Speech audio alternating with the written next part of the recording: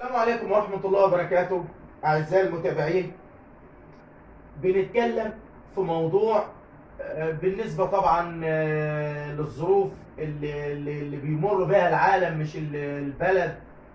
آه، شايف الناس متحاملة. أنا أول مرة، ويمكن دي معلومة قانونية أنا بوجهها ليكم، يعني أنا مش ما عنديش الميول إن أنا أتكلم في شيء يخص السياسة، أنا بتكلم في شيء قانوني.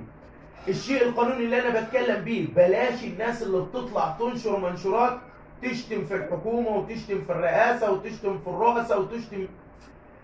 انا بكلمك في معلومة قانونية. تلفونك انت مسؤول عنه، ما تنشرش بيه محتوى مخل بالاداب، صور فاضحة وخليعة وفيديوهات مخلة. ما تنشرش بيه منشورات تسيء بها للدولة او اشخاص رموز للدولة.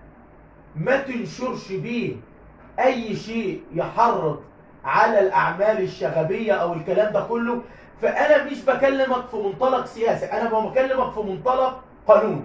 ليه؟ الفيديو بتاعك اللي انت نزلته او المنشور اللي انت شتمت فيه حد معين ولا قدم ولا اخر، ولكن حطك تحت طائله القانون. ولا تلقوا بايديكم الى التهلكه.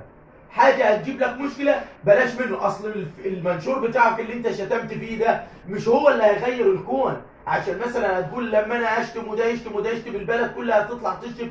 مش هو ده اللي هيغير حاجه.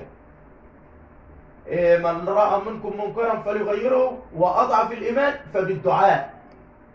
فلما تلاقي حاجه انت مش راضي عنها وعارف انك مش هتقدر تغيرها، ادعو ربنا سبحانه وتعالى بصلاح الحال للجميع، وما تحطش نفسك تحت طائلة القانون.